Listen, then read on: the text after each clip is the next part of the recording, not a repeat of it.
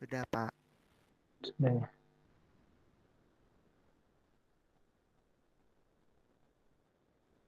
Baik ya, jadi untuk hari ini adalah pertemuan terakhir, pertemuan ke-15 ya, atau minggu ke-14 gitu. Kalau pertemuannya ini udah ke-15 karena kan UTS digabung ya minggunya dengan kuliah. Nah, sehingga minggu depan itu kita sudah UAS. Di jadwalnya bagaimana? Minggu depan sudah UAS ya? Atau belum ada jadwal? Belum ada, Pak.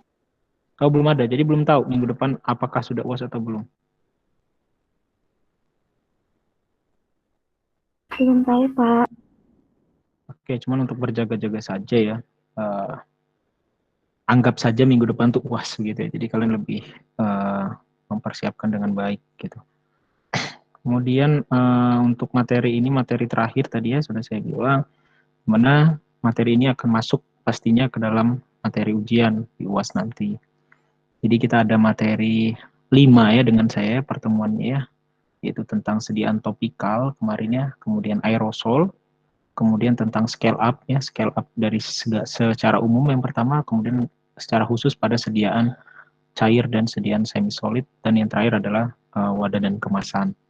Jadi kalau dilihat memang 3 pertemuan terakhir ini itu kita sudah tidak membahas tentang teknologi membuat sediaan ya, tetapi bagaimana mengembangkan sediaan tersebut sehingga nantinya bisa menjadi produk jadi ya. Kemarin kita bahas scale up, kemudian hari ini kita bahas tentang wadah ya, bagaimana kita memilih wadah, kemudian jenis wadah itu apa saja ya. Jadi harapannya memang di akhir-akhir ini kalian sudah tidak apa ya, sudah di luar kepala lah tentang teknologi pembuatan maksud saya. Jadi sekarang tinggal bagaimana cara kita untuk membuat yang sudah di kepala tadi itu menjadi produk jadi gitu. Nah, untuk sebagai pendahuluan ya, bahwa sediaan atau wadah ya, wadah atau kemasan itu didefinisikan sebagai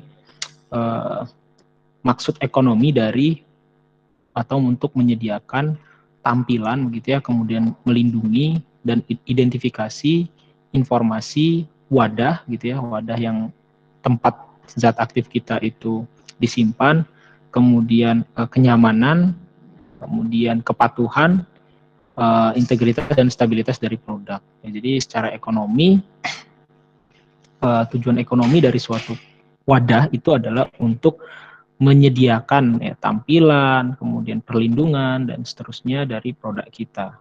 Ya, jadi wadah itu memiliki fungsi dari berbagai sudut tadi. Ya, fungsinya sebagai tampilannya, ya bagaimana wadah kita dibuat.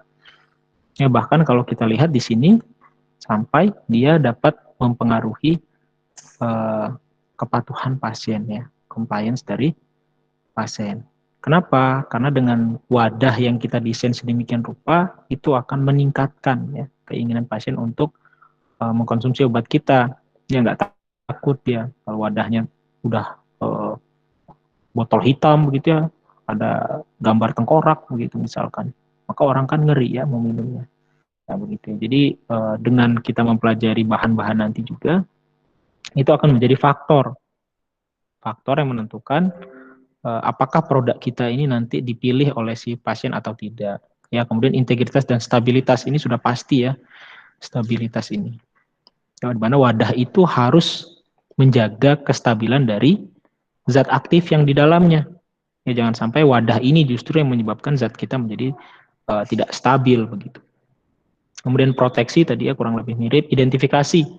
Ya, jadi dengan orang melihat sekali saja udah tahu, oh ini brandnya A, oh ini brandnya B dan seterusnya. Informasi jelas ya di wadah itu harus kalau kita lihat ya di persyaratan untuk izin edar dalam kemasan gitu, itu harus ada nama zat aktifnya ya, kemudian produsennya siapa, komposisinya, kemudian peringatan-peringatan dan sebagainya itu harus tercantum ya dalam kemasannya.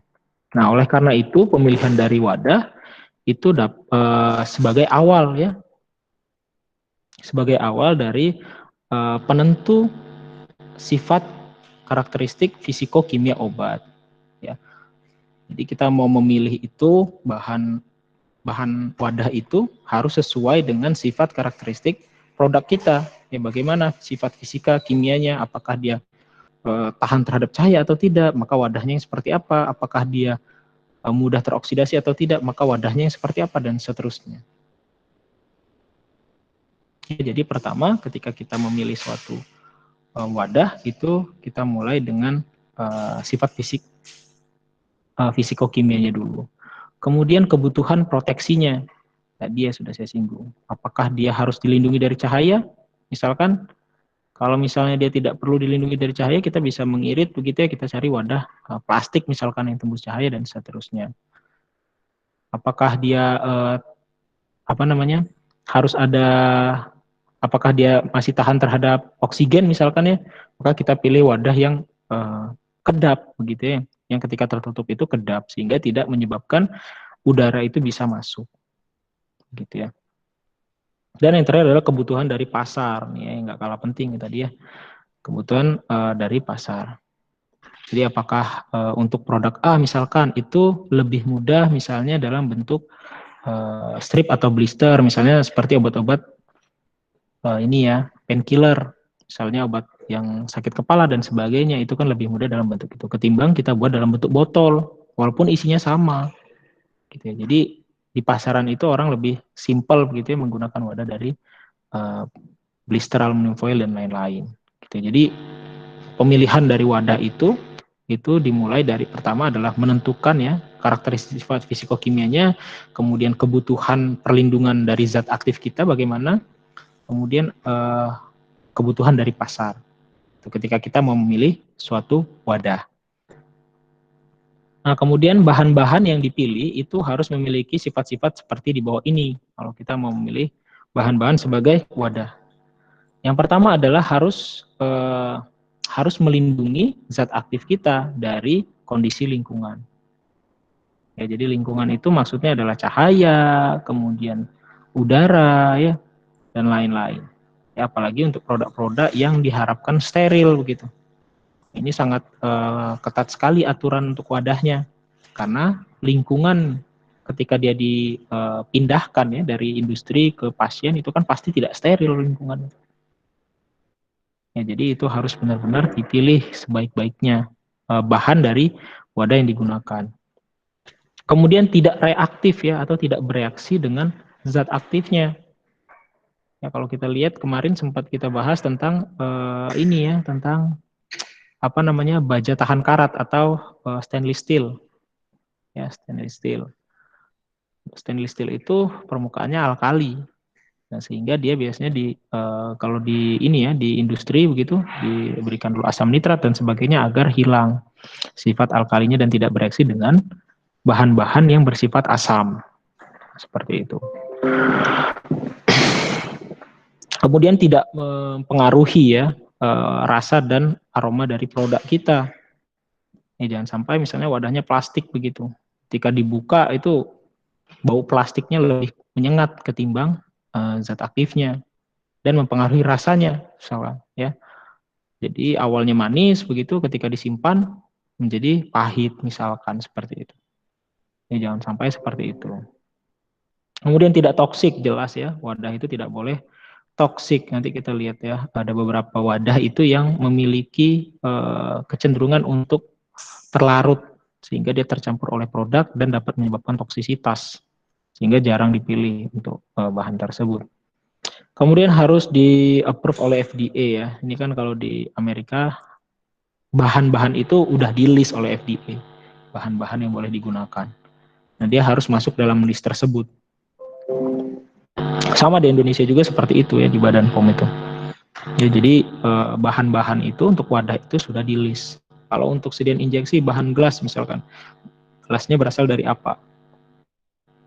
Ya, bahannya apakah borosilikat dan lain-lain. Kemudian harus tahan ya terhadap gangguan. Itu ya, artinya bahan kita ini atau wadah kita itu tidak mudah rusak. Ya, jangan sampai wadah kita itu justru lebih rentan ketimbang zat aktifnya. Nah, ini biasanya untuk kaca ya atau gelas ya. Nah, ini ada beberapa tipe gelas nanti mana ada salah satunya itu yang rentan sekali mengalami pecah ya, karena ketika dia di handling ya, ketika dibawa gitu kan dari pabrik begitu didistribusikan, kemudian sampai ke distributor atau PBF dan didistribusikan ke apotek, itu kan pasti ada guncangan. Nah, guncangan-guncangan itu jangan sampai menghancurkan si wadahnya. Nah, sehingga wadah yang dipilih itu harus mampu menahan dari kerusakan-kerusakan dari luar yang disebabkan oleh handling tadi. Nah, kemudian bahan-bahan tadi itu harus bisa beradaptasi ya, maksudnya bisa digunakan gitu ketika pengisiannya ya, pengisian dari zat aktif ke dalam wadah itu pada kecepatan pengisian yang tinggi. Ya, kalau kita di industri itu kan ngisinya pasti cepat ya. Masukkan misalkan memasukkan salep begitu atau sedian semi solid ke dalam tubnya atau dalam pot, itu kan cepat semua. Nah, itu harus bisa menyesuaikan ya ketahanannya, karena ketika dia diisi kemudian dia di apa namanya, kalau kita lihat di industri itu ya, bahan si wadah itu kan dibiarkan menggelinding dan seterusnya sampai dia dikemas. Ya, nah, itu harus dia tahan terhadap suasana-suasana ketika proses produksi dilakukan ya dalam skala yang besar. Kemudian tipe-tipe dari wadah ya.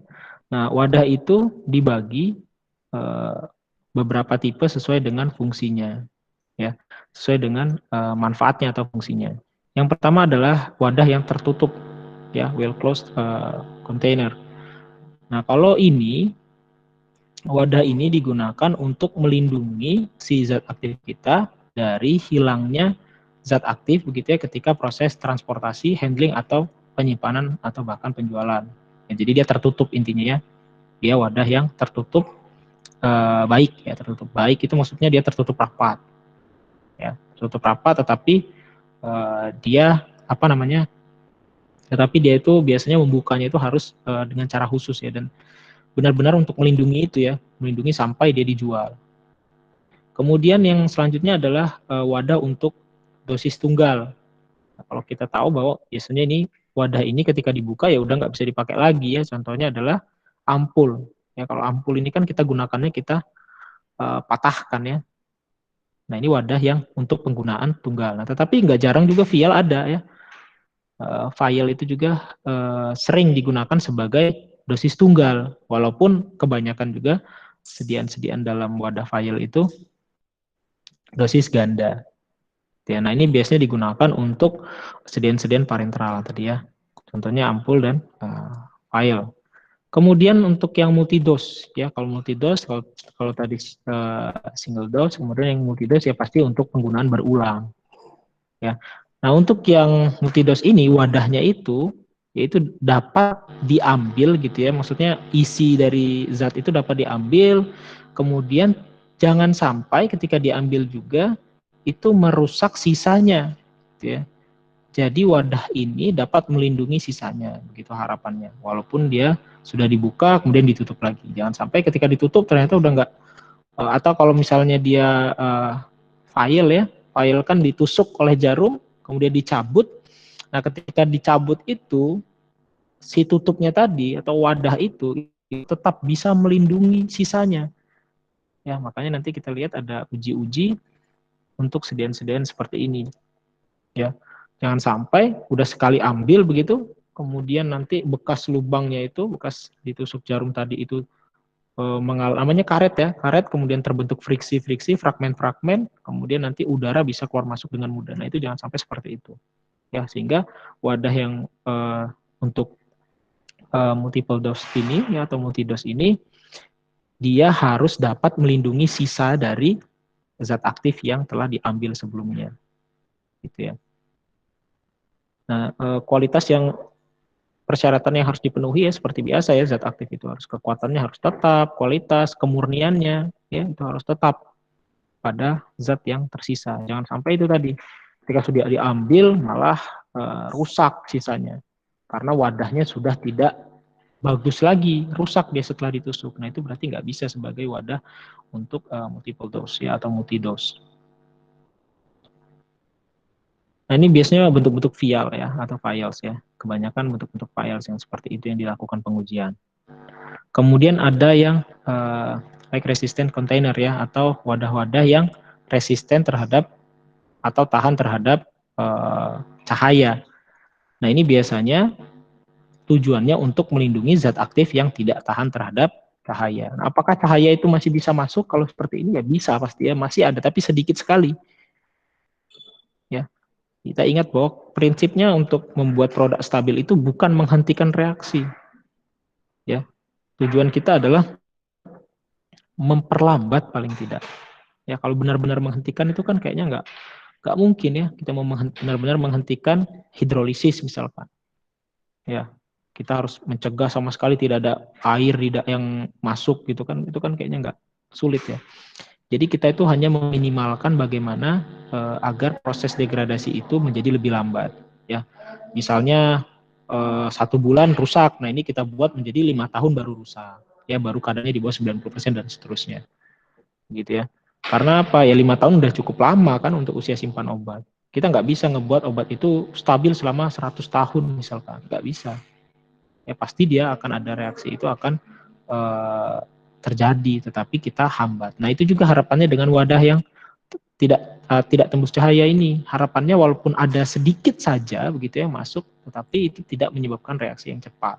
Ya, jadi lambat sekali karena yang masuk sedikit sekali. Kalau dijamin tidak ada yang masuk ya nggak bisa wadahnya seperti ini ya. Ini kan masih tembus nih. Kalau yang benar-benar tidak masuk ya aluminium foil itu tidak masuk dari segi cahaya.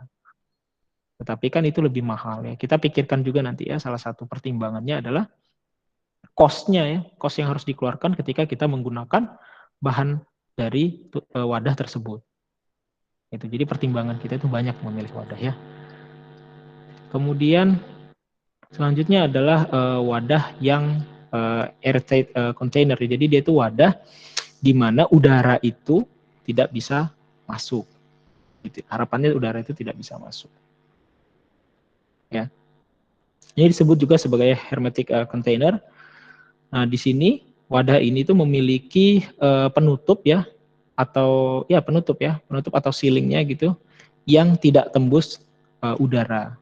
Ya, kalau yang ini tadi ini masih mungkin udara itu masuk ya, walaupun jumlahnya sangat sedikit. Ini masih ada kemungkinan, itu masih ada. Ya, tapi kalau yang seperti ini kan biasanya kita ada 2 tutup ya biasanya. Ada tutupnya yang ditempel yang ini ya. Kalau kalian lihat ya, tutup-tutupnya itu ada 2 biasanya. Jadi yang satu untuk membuat dia kedap, yang satu sebagai penutup biasa yang diputar. Jadi yang ditekan, satunya yang diputar. Seperti itu. Nah, ini fungsinya untuk melindungi produk dari eh, debu ya, dari udara maksudnya, kemudian dari lembab yang ada di udara pastinya ya. Nah, itu harapannya. Untuk obat-obat biasanya yang mudah mengalami proses hidrolisis dan sebagainya, itu baik juga disimpan di tempat seperti ini, karena lembab yang dari udara itu tidak bisa terambil begitu ya. Ini kita bicara konteksnya ketika disimpan ya. Kalau digunakan ya pasti dibuka gitu kan ya. Ketika dibuka kita nggak bisa menghilangkan udara yang masuk kan. Tapi ketika kita simpan begitu, ini akan lebih aman. Kemudian di mana untuk yang injeksi itu airtight sealed container ya. Kemudian kalau yang ini itu tidak di seal, maksudnya begini, dia tidak ada sealnya, tidak ada apa ya, kalau seal itu kayak kalau di obat itu kalau ada sealnya itu ini, seal itu intinya pelindung di mana kalau itu rusak, anggapannya itu sudah dirusak orang gitu. Ya, jadi dia ada kayak kalau di handphone itu biasanya kan ada, kalau apa namanya itu kita mau servis itu ada kayak tempelan-tempelan gitu ya, sehingga kita tahu oh ini udah pernah diservis nih, oh ini belum gitu kan. Nah, itu maksudnya seal yang dimaksud ya. Jadi ada seal di situ yang kalau dirusak ya seal itu, tapi nggak seperti itu ya, nggak seperti apa namanya, nggak seperti yang di handphone ya. Sealnya di sini kalau dia sediaannya file ya, dia biasanya ada kayak aluminium gitu yang membuat dia tertutup. Nah, untuk membukanya itu kita harus rusak dulu itu ya. Mana ya contohnya file tadi ya. Nah, ini sealnya nih. Ya, aluminium seperti itu. Nah, ini yang memastikan bahwa dia benar-benar kedap begitu ya. Seperti itu. Nah, kalau untuk dia bukan injeksi, biasanya tidak ada sealnya ya, cuman tertutup rapat saja yang saya bilang tadi ya. Ada, misalnya ini wadah nih, saya gambarkan seperti ini, misalkan wadah ya. Nah di sini ada kayak penutup dulu di sininya. Nah ini ditutup dulu, kemudian ada tutup yang kedua gitu. Nah ini yang nanti diputar setelah ini ditekan. Nah itu bedanya. Ya sama-sama dia kedap terhadap udara, ya. Cuman kalau injeksi dia biasanya ada sealnya. Itu bedanya. Kemudian wadah aerosol nih sebenarnya sudah dibahas ya. Untuk wadah aerosol ini intinya dia harus kuat menahan tekanan ya. Karena kan aerosol itu tekanannya besar di dalam. Ya, kenapa tekanannya besar dan mengapa demikian sudah saya bahas itu di sediaan aerosol. Ya, sehingga wadahnya juga harus kuat. Ya, misalnya nanti orangnya baru beli gitu ya, baru dikocok sedikit saja kemudian meledak gitu atau apanya lepas begitu. Nah, itu jangan sampai seperti itu untuk wadah aerosol karena ini memang ada tekanan yang sangat tinggi di dalam. Ya, sehingga wadahnya harus kuat untuk menahan tekanan tersebut. Kemudian kita masuk tipe-tipe dari wadah. Ya, kalau tadi kita bahas tentang tipe wadah dari segi manfaatnya, ya sekarang kita tipe wadah dari segi di mana dia berada, gitu ya. Maksudnya apakah dia berada kontak langsung dengan zat aktif atau tidak dan seterusnya. Nah, kemudian yang pertama adalah primary packaging ya, primary packaging atau wadah primer. Ya, kalau wadah primer itu berarti wadah yang kontak langsung dengan zat aktif kita atau dengan produk kita. Ya, dia yang langsung kontak dengan wadah, dengan produk kita.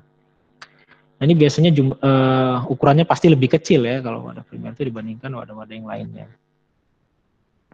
Kemudian yang selanjutnya adalah secondary packaging. Ya, ini adalah kemasan sekunder ya.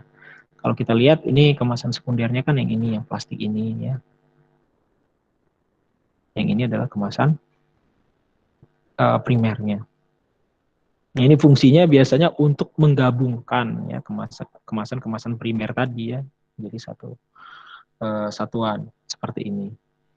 Misalkan kalau di sini ya kalau dia bentuknya strip atau blister maka kemasan sekundernya adalah kotaknya yang di luar. Primernya adalah yang kontak langsung. Gitu ya, jadi jangan bingung. Ini kotak-kotak ini adalah kemasan sekundernya. Kemudian untuk yang kemasan tersiernya, ya kemasan tersier itu biasanya dipakai untuk penanganan massal ya, penyimpanan di gudang dan transportasi pengiriman. Ya biasanya kardus gitu ya. Kardus-kardus ini, drum-drum seperti ini ya. Ini biasanya kemasan tersier. Jadi kalau yang kardus ini kan udah kotak-kotak tadi kita masukkan ke dalam kardus. Nah, itu kemasan tersiernya. Nah, tetapi kemasan tersier itu juga adalah kemasan yang digunakan untuk membawa zat aktifnya. Ya, misalnya dia bawa zat aktif segede gaban gini. Nah, ini kemudian tersier juga. Ya, sekaligus karena yang primernya biasanya ada plastik di dalamnya kan. Ada plastik dulu di zat aktifnya dan dilapis-lapis dan seterusnya. Ini adalah tersier yang untuk membawa penanganan massalnya ya. Penanganan dalam jumlah yang sangat banyak. Ya, penyimpanan di gudang dan seterusnya.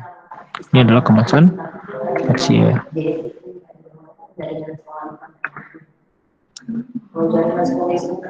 Nah, kemudian mutu dari wadah yang baik ya. Bagaimana wadah yang baik itu? Nah, wadah yang baik itu harus netral ya. Harus netral ketika dia disimpan ya. Maksudnya dia tidak reaktif. Jadi mirip sebenarnya tadi ya. Jadi tidak reaktif dia dengan zat aktifnya. Kemudian tidak berinteraksi baik secara fisik atau secara kimia dengan zat aktifnya ya. Secara fisik ini dalam arti seperti ini. Kalau kimia kalian sudah tahu ya pasti tidak bereaksi secara kimia. Nah, kalau secara fisik ini maksudnya jangan sampai si wadah kita itu gitu ya, itu membuat zat aktif kita ini tertekan gitu ya, karena kita terlalu kecil begitu ukurannya, kemudian jumlahnya terlalu banyak. Intinya secara fisik lah dia mengganggu secara fisik. ya, kemudian dia dapat merubah bentuk kristalnya dan sebagainya. Ya, secara fisiknya jangan sampai berinteraksi. Ya, dan secara kimia pastinya. Kalau secara kimia berarti dia bereaksi kan. Bereaksi apakah dia putusnya rantai dan sebagainya. Kalau secara fisik apakah dia dapat mengubah bentuk kristalnya, ya, mengubah penampilannya dan seterusnya. Itu jangan sampai seperti itu si wadahnya. Kemudian tadi ya dia harus dapat menjaga stabilitas produk terhadap faktor lingkungan yang menyebabkan penurunan kadarnya, ya, atau yang menyebabkan kerusakan, itu harus dapat dilindungi. Kemudian bahan dari zat ini kita ya, zat atau bahan material dari wadah kita itu harus tahan ya terhadap keausan kalau istilahnya itu. Jadi jangan sampai wadah kita itu haus itu ya, kalau kalian ngerti lah ya, haus itu ya sudah nggak ini lagi ya, penampilannya udah nggak bagus. Kemudian misalnya dia wadahnya dari plastik, nah plastiknya itu sudah lonyot dan sebagainya istilahnya. Ya jangan sampai si kemasan kita seperti itu. Kemudian dia seharusnya bisa tahan ya terhadap perubahan tekanan maupun temperatur. Ya. Karena kalau tidak range temperatur ketika dia diproduksi lah ya. Ketika dia diproduksi sampai digunakan. Misalnya kayak di Indonesia nih. Di Indonesia itu range temperaturnya dari berapa sampai berapa. Ya misalkan ekstrim-ekstrimnya di Indonesia ini 32 mungkin ya, 33 itu udah ekstrim. Saya nggak tahu kalau ada yang lebih tinggi lagi. Jadi harus dipertimbangkan itu, jangan sampai wadahnya, misalnya wadah plastik, misalnya industri itu kan cari yang murah ya, biar meminimalkan cost-nya. Jadi dia pilih wadah yang murah akhirnya. Nah, ternyata di suatu daerah gitu di Indonesia ternyata ada suhu yang ekstrim gitu, suhunya tinggi. Nah, sehingga wadahnya tadi itu misalnya plastik misalkan ya, dia tidak tahan lagi ya. Maksudnya dia awalnya agak ini ya, misalnya kalau kalian lihat plastik-plastik itu kan dia rigid ya. Nah, itu jadi peot gitu ya dan seterusnya. Apa itu? Menjadi lembek lah dan lain-lain. Gitu, itu harus dipertimbangkan juga ketika kita memilih suatu kemasan ya. Diperhatikan lingkungan yang akan dihadapi oleh produk kita. Ya, karena nggak sama gitu ketika dia dibuat di luar negeri kemudian sampai ke Indonesia udah lewat kontainer misalkan produk itu, panasnya gimana di dalam wadah, itu harus kita pertimbangkan. Awalnya nggak bereaksi misalkan zat si bahannya. Kemudian bahan itu ada yang terlarut karena suhunya naik misalkan, kemudian dapat bereaksi, itu kan jadi masalah. Dan tekanan ya, tekanan di sini kan ketika dia di handling ya, itu kan pasti ada apa ya, ada ketika dia dioper-oper dan lain-lain itu pasti adalah yang menekan si wadah itu. Nah, itu harus tahan ya, dan sampai pecah misalkan. Nah ini yang resiko kalau kita wadahnya kaca sebenarnya. Tapi kaca juga kan ada jenisnya banyak. Mana yang lebih tahan? Oke, kemudian tidak toksik tadi sudah dibahas ya untuk wadah. Nah kemudian kita masuk ke material-material yang digunakan untuk wadah. Nah, untuk sampai sini dulu mungkin ada yang ditanyakan tentang pembagian-pembagian wadah tadi ya, dari segi manfaat, kemudian dari segi lokasinya ya, apakah dia kontak langsung kalau primer, sekunder dan tersier. Ada yang mau ditanyakan dulu atau belum ada ya, kita lanjut saja kalau begitu. Selanjutnya adalah wadah itu dibuat dari bahan berikut ya. Jadi ada beberapa material yang digunakan sebagai bahan baku dari wadah. Yang pertama adalah gelas ya atau kaca. Contohnya adalah botol ya, vial, ampul, kemudian spit ya, ada beberapa spit. Kemudian IV container ya atau wadah-wadah sediaan intravena. Kemudian wadah-wadah aerosol, itu ada beberapa yang menggunakan gelas atau kaca. Kemudian plastik ya selanjutnya. Plastik ini banyak ya, sering sekali kita temukan ya. Kalau kalian akrab gitu ya dengan kemasan-kemasan seperti ini kan plastik semuanya. Ya, ini plastik. Kemudian wadah-wadah infus. Ya ini banyak yang plastik meskipun ada juga infus yang kaca ya. Kemudian karet. Nah, ini umumnya biasanya digunakan sebagai penutup kalau karet ini. Ya. Jadi biasanya karet itu digunakan sebagai penutup. Jadi itu termasuk bagian dari wadah ya. Bagian dari kemasan kita, wadah dan kemasan. Ada wadah yang langsung kontak tadi yang membentuk sediaannya, ada yang fungsinya untuk penutup. Kemudian ada yang metal ya. Kalau yang metal ini biasanya ini tadi ya, ini untuk seal tadi. Ya untuk seal sih file ya.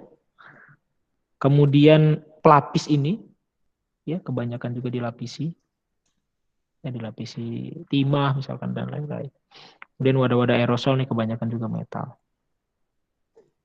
Selanjutnya adalah paper. Nah kalau yang kertas ini biasanya kan sebagai ini ya secondary atau tersier, ya biasanya digunakan seperti itu juga.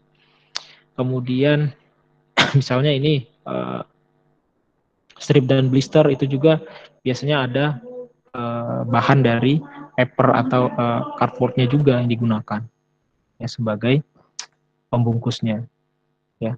Ini cuma bahan-bahan saja. Kemudian kita masuk ke gelas ya atau kaca ya. Wadah kaca itu komposisinya itu prinsipnya itu dia terdiri dari pasir, kemudian soda api ya, kemudian limestone dan kulit. Jadi kalau limestone ini maksudnya ini ya, limestone itu adalah kalsium karbonat. Ya, kalau kulit ini sebenarnya adalah campuran dari gelas-gelas yang sudah hancur ya. Biasa di ini, di mana? Di ini kan digunakan ulang ya, di recycle. Ya biasanya digunakan ulang si kaca-kaca yang sudah pecah ya atau sengaja dipecahkan untuk membuat kaca yang baru. Itu fungsinya untuk menurunkan temperatur ketika kita membuat kaca. Jadi nggak terlalu tinggi temperatur. Di mana membuat kaca itu apa namanya butuh temperatur yang sangat tinggi. Mungkin saya sedikit tampilkan video ya bagaimana wadah kaca itu dibuat.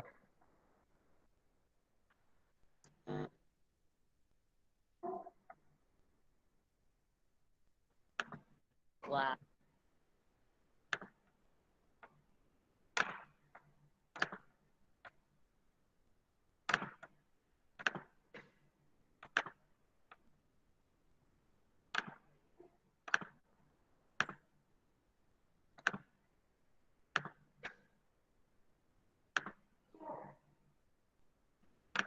Glass industry. Glass is a transparent or translucent material. It is non-crystalline or amorphous substance. Although it appears in a solid state, it is not a true solid. It may be considered as a frozen liquid.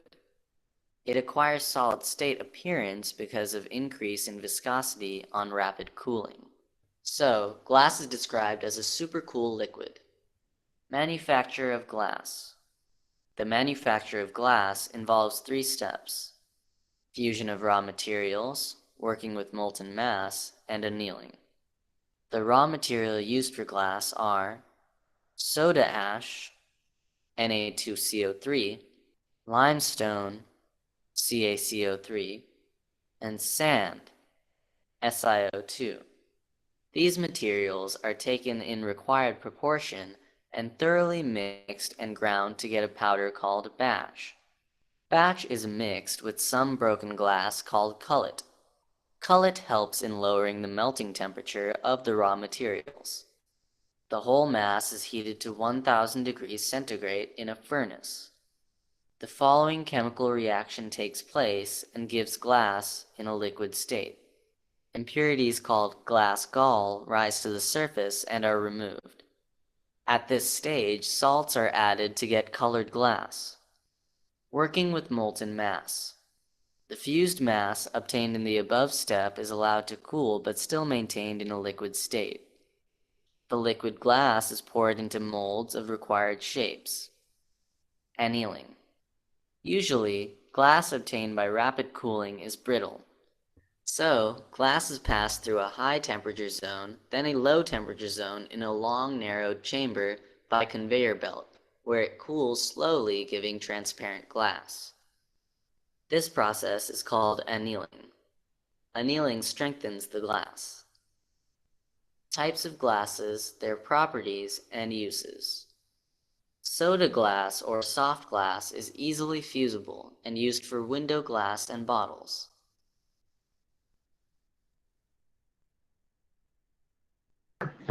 Oke, jadi itu untuk gambaran ya, bagaimana proses pembuatan dari gelas. Nah, untuk tadi sudah sempat disinggung di ini ya, di video tersebut bahwa ini merupakan bentuk amorf ya, bentuk amorf gelas itu. Kenapa dia transparan ya? Karena dia amorf. Makanya dia transparan. Nah, kalau kalian mau membuat dia menjadi kristal itu gampang, pecahkan aja kacanya. Nah, ketika pecah, di bagian pecahannya itu ya, di sampingnya, bukan di depannya, di sampingnya, itulah bentuk kristalinnya, sehingga dia tidak tembus kan terhadap cahaya. Kenapa dia terbentuk kristalin lagi? Karena ketika terjadi proses pemecahan itu memberikan ruang ya, agar si gelas itu bereaksi atau mengatur posisi menjadi bentuk yang lebih stabilnya, itu bentuk kristalin. Nah, kita tahu bahwa amorf itu terbentuk dengan biasanya itu dengan spontan ya, dengan spontan penurunan suhu dengan spontan maksud saya. Jadi ketika kita panaskan, kemudian kita dinginkan, biasanya dia terbentuk amorf ya, terbentuk sediaan yang amorf atau zat aktif yang amorf. Nah, itu juga bisa kita gunakan dalam prinsip pembuatan atau peningkatan kelarutan dari obat-obat ya. Biasanya di rekristalisasi, biasanya dilelehkan dulu, kemudian langsung didinginkan. Nah, kenapa itu bisa terbentuk amorf? Karena si molekul tadi itu belum sempat menyusun diri ke posisi yang paling nyamannya, ya, ke posisi yang paling baiknya. Keburu sudah beku, ya, karena suhu. Nah, jadi belum sempat ngatur diri, begitu dia sudah dibekukan, sudah dijadikan bentuk padatnya, sementara dia belum bergerak sesuai dengan keinginannya. Nah, itu biasanya bisa menyebabkan sediaan kita itu bentuknya amorf. Nah, tetapi amorf itu punya kekurangan, kan kita pernah bahas, ya, kurang stabil, ya, tetapi kelarutannya bagus. Jadi ada dua sisi yang harus kita pertimbangkan ketika kita membuat sediaan itu menjadi bentuk amorf. Begitu juga dengan kaca, ya, kaca itu tadi ya dari silikat gitu ya. Nah, itu dilelehkan kemudian dicampur dengan ini tadi ya, sodium karbonat ya, dan dicampurkan kalet tadi dan lain-lain sehingga dilelehkan dan didinginkan gitu ya. Jadi itu prinsipnya juga sama dengan proses pembuatan sediaan amorf ya, yaitu pendinginan secara spontan. Nah, si gelas tadi itu amorf. Kristalinnya gimana? Pecahin aja kacanya, lihat sampingnya. Nah, itu adalah bentuk kristalinnya. Ya, dia nggak tembus cahaya. Kalau kita lihat di sebelah sampingnya ya. Kemudian kita masuk ke tipe-tipe dari gelas ya. Yang pertama adalah borosilikat ya. Gelas tipe borosilikat ini biasanya gelas yang sangat resisten ya, highly resistant. Ya, maksudnya dia kuat. Kemudian dia memiliki melting point yang tinggi, ya, atau titik leleh dari si gelas itu tinggi. Akibatnya apa? Dia tahan terhadap panas. Ya. Jadi kalau kalian kerja di laboratorium juga itu kan harus menggunakan peralatan gelas yang dari borosilikat ya. Kenapa? Karena kalian kan bakal merebus gitu ya, memanaskan zat dan lain-lain itu kan pakai wadah itu ya, misalnya menggunakan Erlenmeyer dan sebagainya. Ya, sehingga biasanya kita mencari tipe gelas atau tipe kaca ya, tipe alat yang kuat terhadap panas. Ya, salah satunya adalah yang dari borosilikat. Kemudian lebih inert ya daripada soda lime glass. Nanti kita akan lihat ya. Kemudian bertahan dengan suhu asam, maksudnya dengan dengan zat-zat yang asam. Jadi kalau kita pakai sebagai wadah ya, di mana di dalamnya itu adalah asam asetat glasial, misalkan asam sulfat pekat, ya, dia tahan si kaca ini. Maupun basa ya, basa yang sangat ekstrim pun demikian. Dan dia cocok untuk banyak pelarut. Kemudian menurunkan aksi leaching ya. Jadi dia tidak mudah terlarut ya. Tidak mudah terlarut si bagian dari gelas tersebut ya, atau material dari gelas itu tidak mudah tertarik gitu ya, terlarut oleh zat yang ada di dalamnya, misalnya ada pelarut. gitu ya. Jadi dia lebih tahan intinya. Digunakan untuk peralatan-peralatan laboratorium, ini paling sering digunakan untuk injeksi dan menyimpan WFI ya, water for injection. Ya kalau kita lihat, kalau kalian pernah lihat ini ya, wadah untuk menyimpan air injeksi itu, yaitu botol besar. Itu ada di rumah sakit biasanya. Digunakan untuk melarutkan sedian-sedian injeksi rekonstitusi. Ya, biasanya menggunakan itu. Nah itu harapannya apa kalau di air untuk injeksi disimpan di sana? Harapannya tidak ada sedikit pun yang tertarik gitu ya dari si material gelasnya. Karena apa? Karena ketika dia ada yang tertarik dan dia diinjeksikan begitu, itu kan akan berbahaya akibatnya. Nah, kemudian yang selanjutnya adalah soda lime tadi ya, yaitu kaca jenis soda lime atau tipe 2. Nah, ini biasanya dibuat dari komersial soda lime glass ya yang telah dealkalisasi atau diperlakukan untuk menghilangkan permukaan alkali di permukaannya ya. Ini kan botol-botol seperti ini itu aslinya ya, aslinya itu bersifat basa di permukaannya. Nah, sehingga harus didealkalisasi. Ya, dihilangkan basanya. Nah, ini biasanya menggunakan asam sulfat ya atau sulfur treatment.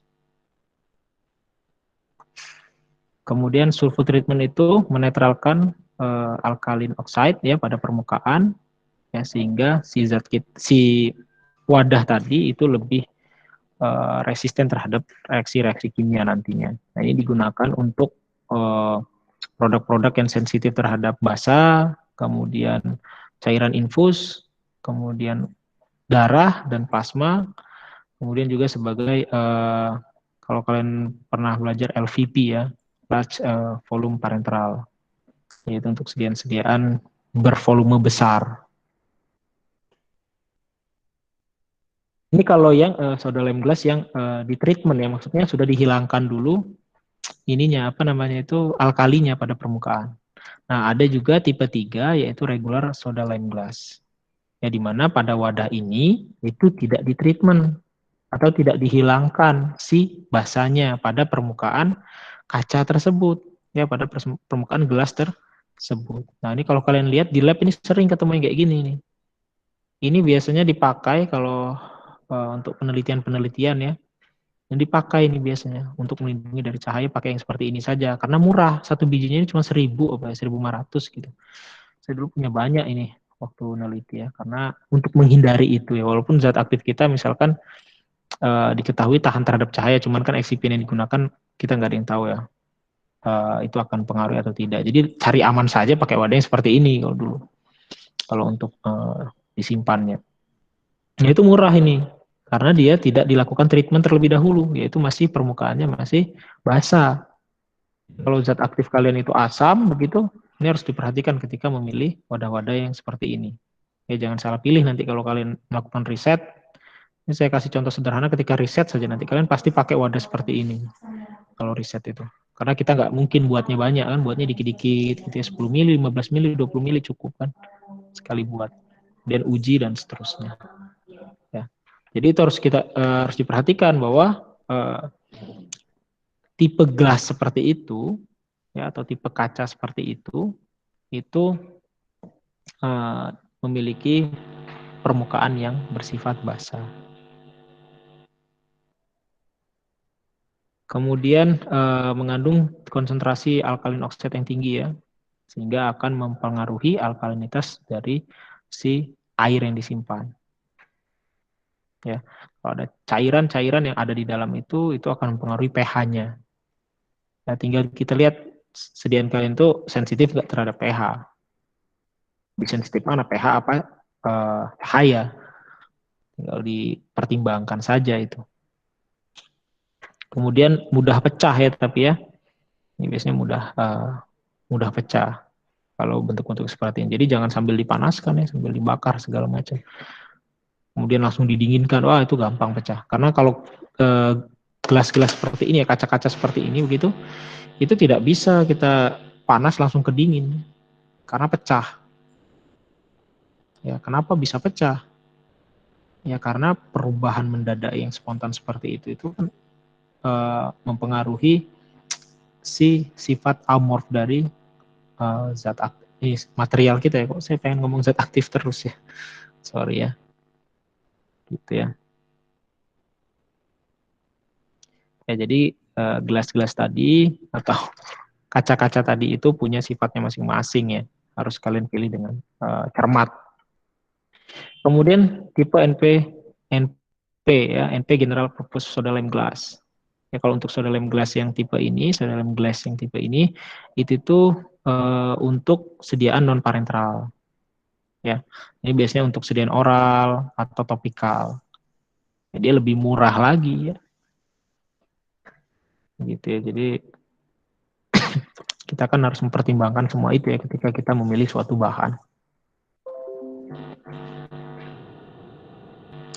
Kemudian keuntungannya untuk material wadah yang dari glass ya atau glass. Pertama adalah cukup kuat ya, cukup kuat dan rigid kalau sediaannya itu dari kaca. Itu lebih kuat dan lebih rigid.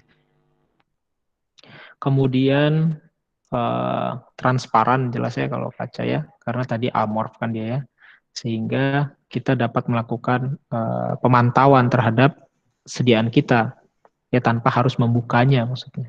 Jadi cukup dari luar aja kita bisa melakukan visual inspection ya. Visual inspection itu maksudnya untuk menginspeksi gitu ya, si produk kita ini apakah berubah atau tidak, ya apakah mengalami degradasi atau tidak, perubahan warna dan seterusnya ya, terkait dengan kestabilannya. Kemudian berbagai bentuk dan berbagai ukuran jelas ada ya. Kalau sediaan dari gelas ini tergantung si produsennya ya, membentuk seperti apa aja bisa intinya ya. Kemudian tahan terhadap variasi temperatur dan tekanan ketika proses sterilisasi. Ya kalau proses sterilisasi makanya sediaan-sediaan injeksi banyak dari gelas ya, karena sterilisasinya kan biasanya kalau dia zat aktifnya tahan panas ya kita pakai sterilisasi akhir ya dengan autoclave. Itu paling enak. Nah itu si wadah kita itu enak tahan gitu. Dan dia lebih steril pasti ya dibandingkan wadah kita itu dari plastik. Ya. Even dia plastik tahan panas itu kan tetap akan mengalami perubahan ya. Makanya kalau kalian beli bakso itu kan kalau dibungkus itu pakai plastik tahan panas dia, bukan pakai plastik yang biasa. Ada plastik tahan panas materialnya berbeda. Nah, tetapi walaupun demikian ya, plastik itu tetap ada lah ya yang terlarut, walaupun jumlahnya sangat kecil sekali. Nah, kalau obat kan kita kan nggak mau ya seperti itu. Ya, obat itu kita tuh benar-benar menjaga spesifikasinya ya, dari segi kemurnian dan sebagainya. Kalau kalian masih ingat itu obat yang kemarin sempat ditarik itu apa? Ada yang masih ingat nggak obat yang sempat ditarik kemarin? Yang obat lambung. Ada yang ingat obat apa? Ranitidin ya Pak. Iya, ranitidin ya. Ranitidin ditarik karena ada apa? Karena ada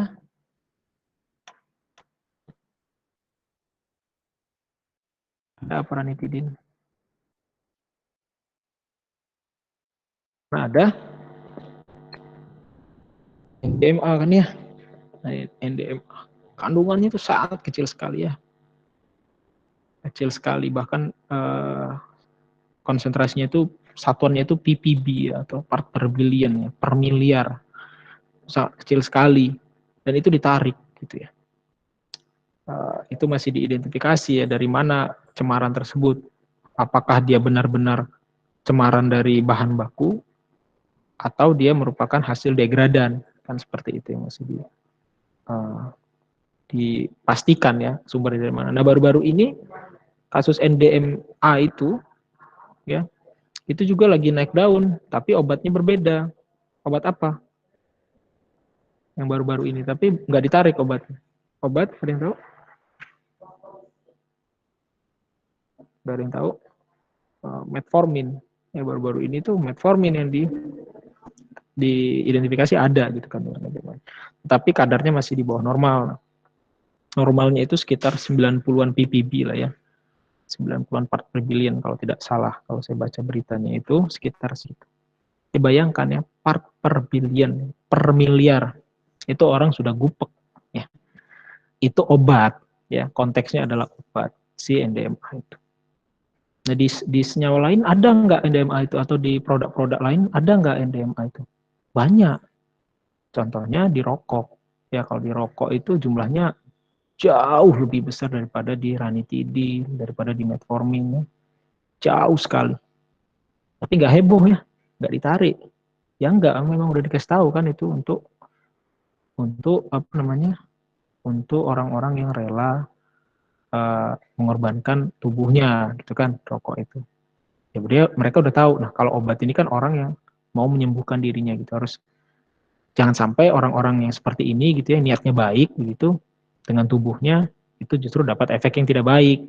Padahal ya NDMA itu bahkan menimbulkan efek cancer begitu ya, itu kalau sudah 40 tahun dikonsumsi secara rutin, itu pun nggak pasti, masih 1 banding berapa ribu orang begitu, kalau dia lebih dari yang dipersyaratkan. Nah, begitu ya kalau obat. Maksud saya ini buat gambaran kalian bahwa obat itu benar-benar ketat sekali aturannya, tidak seperti yang lainnya. Contohnya rokok tadi, atau ada produk lain, ada. Contohnya adalah daging, ya, daging bakar. Daging yang dibakar itu NDMA-nya banyak. Ya, jadi pernah daging ditutup gitu ya semua tempat makanan, padahal kan sama ya, masuk ke tubuh juga ya daging itu kan ya, daging yang dibakar. Tapi nggak ada. Beda dengan obat. Obat itu ketat sekali aturannya. Ya, memang harus lebay kalau untuk obat. Ya, aturannya untuk obat itu harus lebay.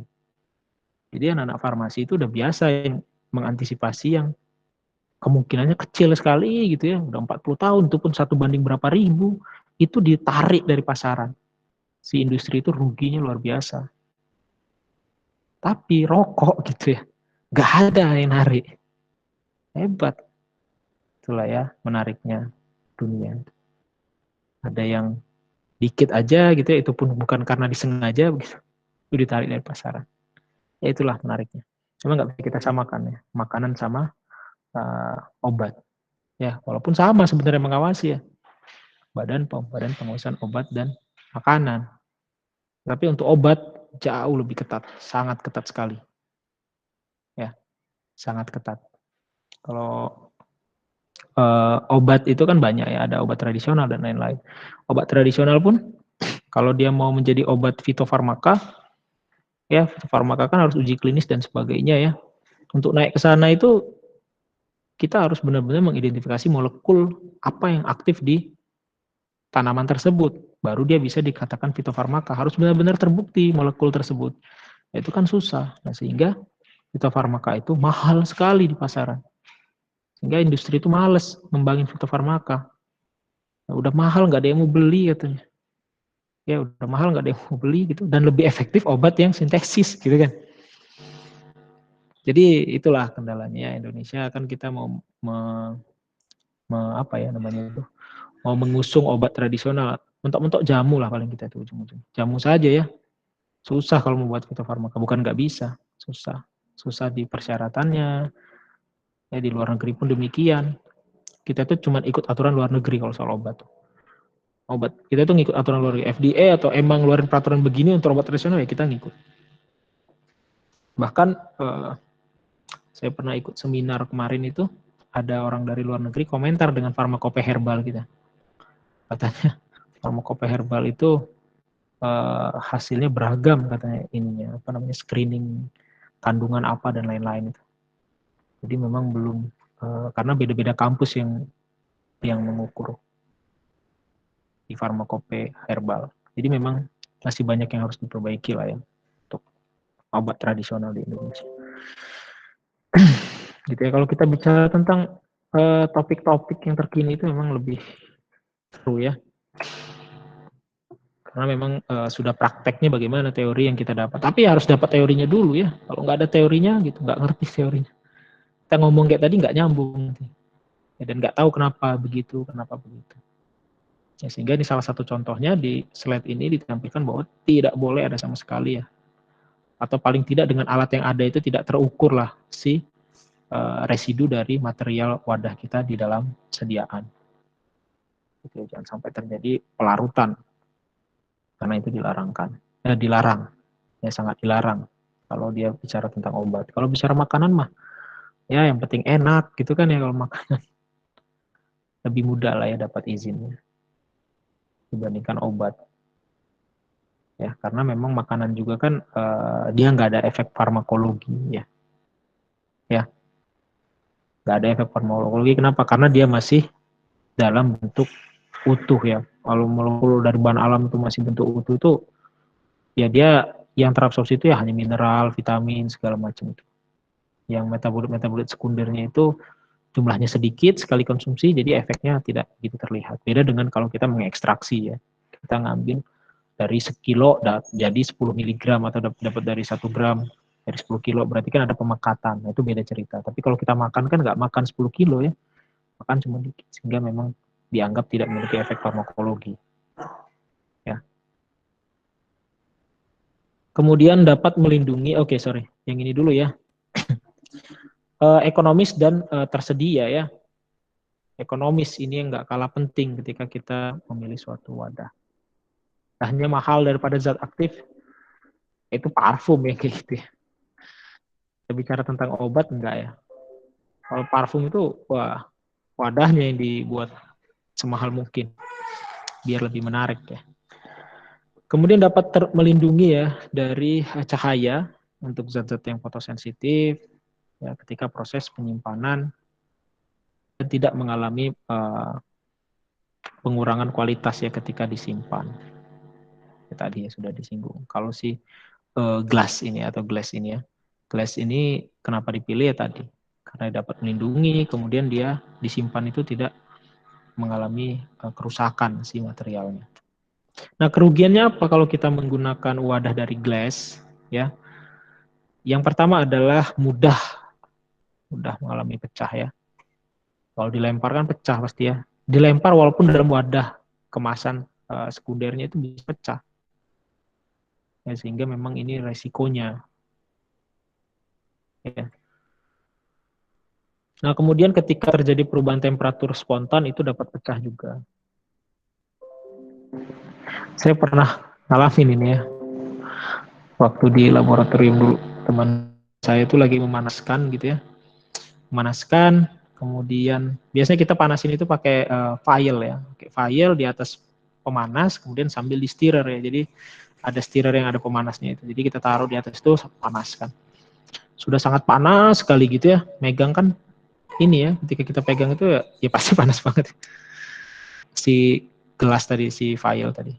Airnya kita masukkan ke air mengalir. Biar harapannya lebih cepat dingin gitu ya, sehingga bisa kita lakukan pembuatan sediaan. Karena itu biasanya kita pakai untuk melelehkan. Nah, itu sayangnya ada yang kelupaan gitu. Jadi di lab itu kelupaan, dia lagi ngelelehin si fase minyak. Biasanya kita buat nano emulsi itu. Teman-teman itu di lab itu buat nano emulsi, dilelehin dulu fase minyaknya, kelupaan. Ya, kelupaan dipatiin, jadi panas betul itu. Kemudian spontan masukin ke itu langsung pecah. Pecahnya itu ya, benar-benar kayak ini ya, benar-benar pecahnya itu enggak retak dulu baru pecah, enggak langsung aja pecah. Itu cukup berbahaya. Ya, cukup berbahaya. Itu contoh-contoh ya, sediaan gelas ini resikonya di sana ya.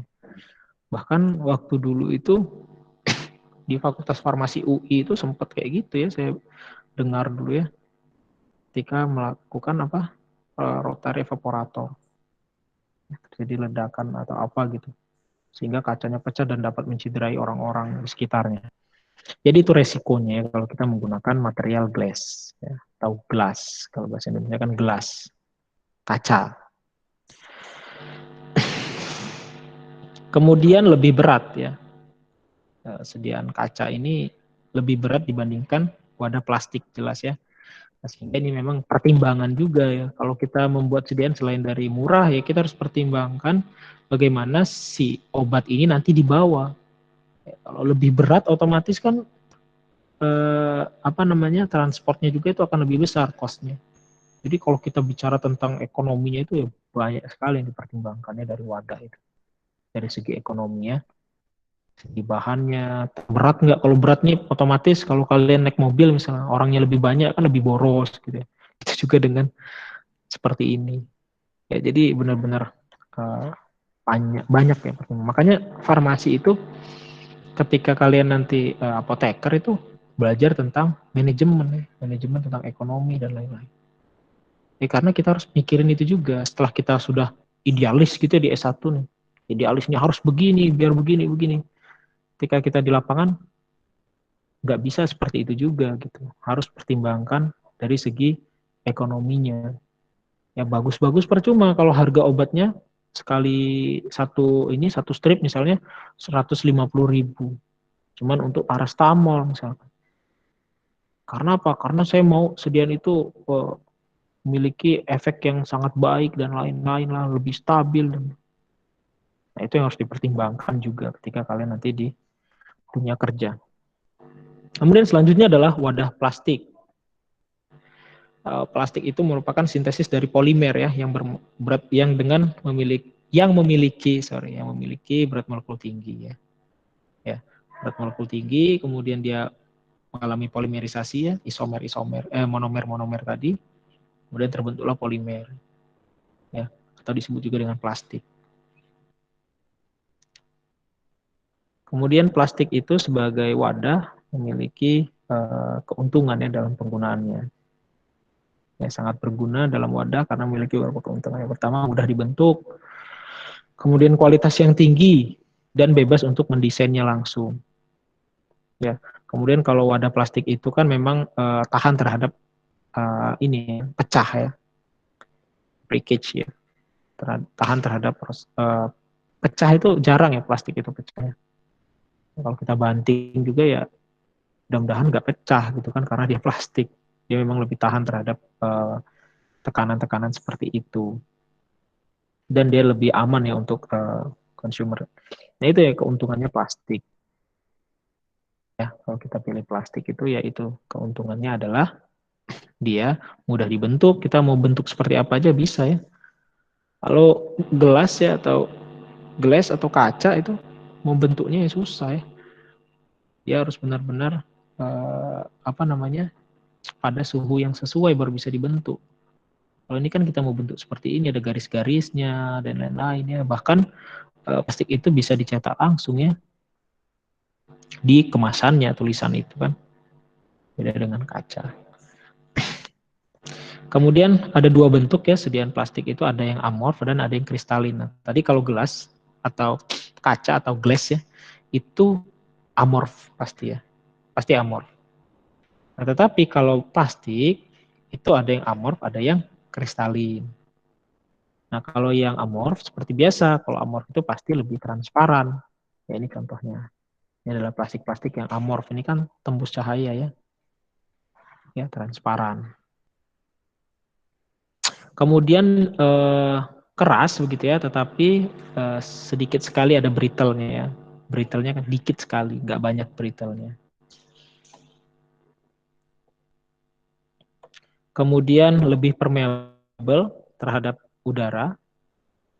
Jadi baik itu tekanan maupun udara itu lebih permeable kalau kita menggunakan wadah jenis ini. Ya, artinya dia tidak kedap. Ya, tidak kedap udara kalau kita menggunakan wadah seperti ini. Kemudian kurang inert.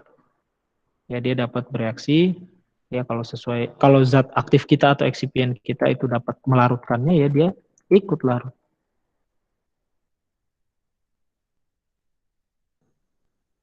Dan kalau untuk yang selanjutnya adalah plastik kristal, ya kristalin plastik. Nah ini biasanya untuk obat-obat yang sensitif terhadap cahaya, kemudian dia opak itu tidak tembus cahaya ya atau tembus cahaya tapi sedikit sekali ya, contohnya seperti ini. Ini masih kalau kalian center ya masih tembus,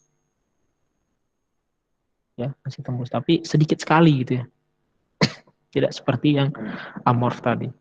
Kemudian lebih fleksibel. Kemudian, nah dia bagusnya itu ya, kurang permeable untuk gas atau udara. Jadi dia lebih kedap begitu dan lebih inert. Nah, tipe plastik ada yang termoplastis, ada yang termosetting. Nah, kalau termoplastis ketika dipanaskan dia akan menjadi cairan kental, ya. Dia akan pertama melembut, kemudian dia akan menjadi cairan yang kental, ya rusak dia. Nah, tetapi ketika kita dinginkan dia akan mengeras kembali. Nah, ini yang termoplastik. Ya, contohnya adalah polietilen, PVC, ya, polivinyl klorid, kemudian polisterin, kemudian polipropilen, poliamid, dan polikarbonat. Ya, ini tidak bisa dipanaskan. Kalau dipanaskan dia meleleh. Ya, dipanaskan dia meleleh. Kemudian sebenarnya yang termosetting juga bakal meleleh, tapi maksudnya tidak se-ekstrim itu. Harus pada suhu yang sangat ekstrim. Begitu. Kalau yang ini nih dipanaskan begitu ya, udah dia netes dia. Netes, kemudian didinginkan dia akan membentuk plastik lagi. Nah, kemudian selanjutnya termosetting. Nah, termosetting ini ketika dipanaskan dia jadi fleksibel, tetapi tidak menjadi bentuk liquidnya atau tidak jadi bentuk cair. Beda dengan yang termoplastis. Ya, kalau termosetting. Contohnya adalah fenolformaldehid, urea formaldehid, melamin formaldehid. Ini ada plastik-plastik yang tahan terhadap panas. Jadi kalau kalian menggunakan wadah-wadah seperti ini, jangan disterilkan dengan pemanasan pada suhu tinggi. Gitu maksudnya. Jadi pemilihan wadah ini kaitannya dengan proses sterilisasi juga. Pemilihan jenis sterilisasi yang cocok. Nah, keuntungannya ya dia lebih enteng ya dan lebih mudah dibawa yang pasti. Kalau dia plastik. Tadi ya, cost untuk transportnya ya atau proses pengirimannya itu menjadi lebih rendah karena wadahnya nggak berat. Kemudian unbreakable ya, unbreakable itu ya tidak bisa dia pecah begitu, maksudnya tidak seperti kaca. Yang dia tersedia dalam berbagai bentuk dan berbagai ukuran. Kemudian resisten terhadap senyawa-senyawa inorganik. Ya, senyawa inorganik itu resisten kalau kita menggunakan wadah plastik. Nah, kerugiannya tadi ya dia permeable. Ya, beberapa plastik itu permeable terhadap udara. Ya. Kemudian dia juga kalau kita menggunakan sterilisasi akhir begitu ya dengan plastik, dia tidak bisa dia konduktor yang lemah kan ya untuk panas. Jadi di dalamnya itu tidak bisa, panasnya nggak sama dengan yang di luar gitu kalau kita lakukan sterilisasi akhir dengan plastik karena dia mencegah panas itu masuk ke dalam, beda dengan gelas ya. Kalau gelas ya konduktor ya. Kemudian dapat mengabsorpsi atau menyerap senyawa-senyawa kimia seperti preservatif dari larutan. Ya, jadi ini juga resiko ya kalau kita menggunakan wadah-wadah plastik ini, ternyata pengawet kita ya, preservatif kita itu dapat ditarik ya, sehingga nanti efeknya hilang di sediaan kita. Kemudian relatif mahal ya, tergantung ya jenis plastiknya sebenarnya itu. Selanjutnya adalah pertimbangan kalau kita memilih wadah plastik ya, Yang pertama adalah permeasinya, leachingnya, absorption, chemical reaction, dan alteration. Nah, kalau kita lihat yang pertama adalah permeasinya yang harus kita pertimbangkan ya. Nah, ketika kita tahu bahwa tadi si plastik ini dapat mengalami permeasi ya oleh gas. Nah, sehingga harus kita pertimbangkan apakah dia sebegitu banyaknya gas atau udara yang dapat berpermeasi atau tidak. Ya, ini harus kita pertimbangkan. Nah, kenapa? Karena ternyata permeasi dari vapor dan oksigen melalui dinding plastik itu ke dalam obat ini merupakan masalah utama, ya. Is the dosage form insensitive. Nah, jadi kalau zat aktif kita itu sensitif terhadap hidrolisis dan oksidasi. Ya, jadi kalau zat aktif kita itu mudah terhidrolisis, kemudian ada udara yang masuk gitu ya, karena plastik tadi dan berpermeasi dan dia membawa air dalamnya, maka akan terjadi hidrolisis. Itu juga dengan oksidasi karena adanya oksigen ya, karena tadi udara bisa masuk. Nah, oksigen di sini kan bukan pemicunya ya, pemicunya biasanya cahaya, kemudian adanya logam-logam ya, kemudian dia melakukan replikasi ya Itu karena adanya oksigen, kan begitu prinsip oksidasi itu. Kemudian zat-zat yang volatil atau mudah menguap itu akan mengalami perubahan ya ketika disimpan pada wadah plastik. Ya, kenapa ya? Karena tadi bisa terjadi penguapan wadahnya. Ya, jadi si zat kita udah menguap, kemudian melewati wadah, ya berkurang akhirnya si zat aktif kita dalam sediaan tersebut. Ya, kekuatannya menjadi berkurang.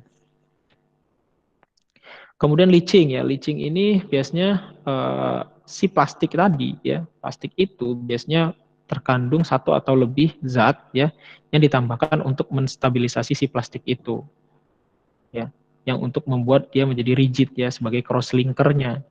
Nah, biasanya itu akan mengalami pelarutan ya ke obatnya. Dikhawatirkan seperti itu. Nah, biasanya ini terjadi jika plastik tadi itu ditambahkan pewarna ya dalam plastiknya. Dalam plastik itu berwarna. Ya bermerah, biru, kuning dan sebagainya yang ditambahkan untuk mempercantik atau memperbaiki penampilan plastik. Nah, ini akan terlarut sedikit sekali memang ke formula kita. Tapi ini kan tadi ya, kalau obat itu ya nggak boleh seperti itu, walaupun jumlahnya sangat sedikit. Nah, kemudian partikular dyes-nya tadi ya, pewarna tadi itu akan bermigrasi ke sediaan parenteral dan menyebabkan efek toksik. Nah, ini ya, sehingga jarang dipilih ya untuk sediaan-sediaan parenteral plastik yang berwarna. Ya biasanya plastik-plastiknya ya jernih saja, nggak ada warnanya. Kemudian sorption tadi ya. Ya, sorption ini adalah hilangnya konstituen dari obat karena wadah ya, terjadi absorpsi begitu ya dari wadah menarik zat dari obat. Nah, ini akan mengakibatkan penurunan efikasinya ya, atau penurunan efek dari obat. Jadi dikarenakan sorption ini.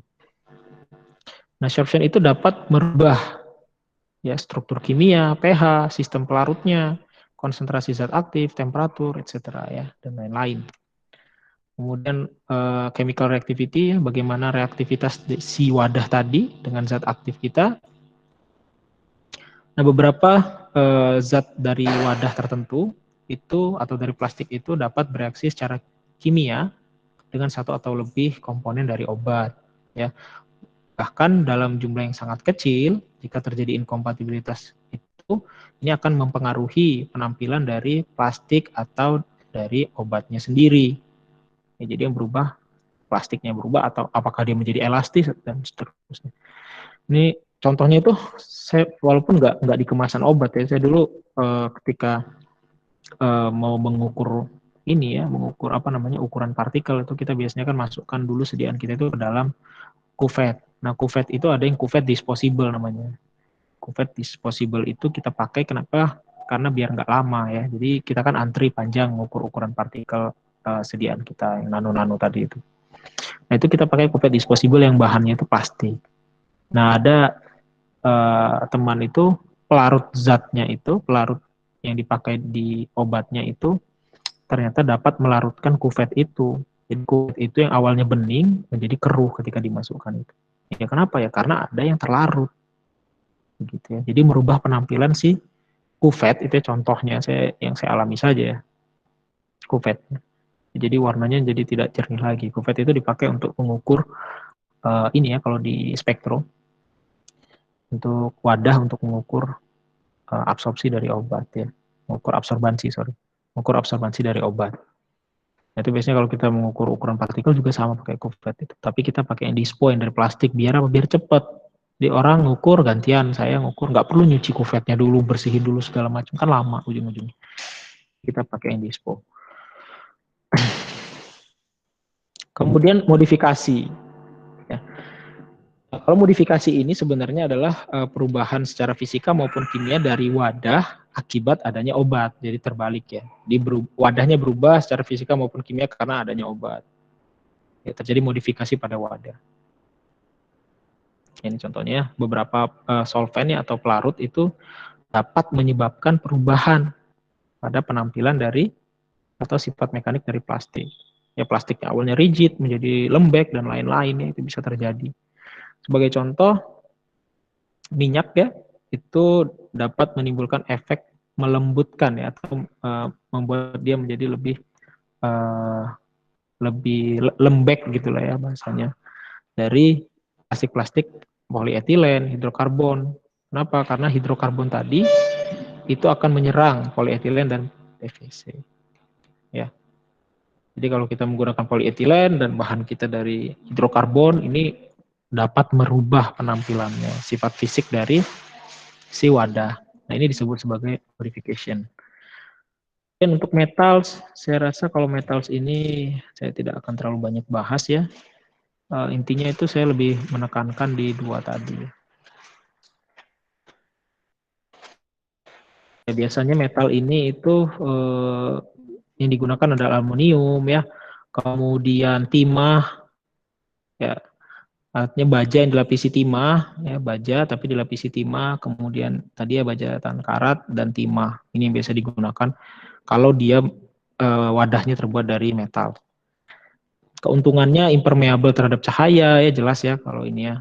Kemudian dia rigid dan tidak mudah pecah ya. Wajar karena dia lebih kuat ya dibandingkan plastik maupun gelas. Kemudian lebih ringan ya dibandingkan gelas. Ya, kalau dibandingkan gelas pasti lebih ringan ya kalau dia yang timah-timah seperti ini. Ini kan tipis sekali ya. Kemudian label dapat di-print secara langsung pada permukaannya. Kerugiannya mahal tapi kalau kita menggunakan wadah dari metal sini ya. Dan dapat bereaksi pada senyawa kimia tertentu. Nah, ini ada beberapa jenis tutup ya, collapsible tubes. Oke. Ini ada beberapa jenis tube ya. Tube itu yang kalau kita lihat seperti ini. Ini tube. Ini ada yang dari metal ya. Dari metal ini ada yang terdiri dari timah ya, bentuknya seperti timah.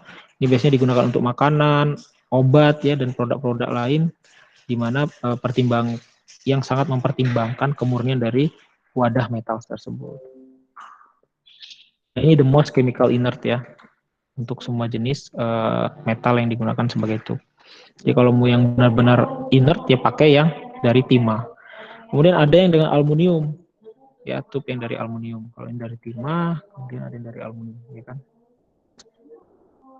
Oke, dari aluminium itu ini biasanya lebih ini ya, lebih murah. Kenapa kita pilih ini biasanya lebih murah?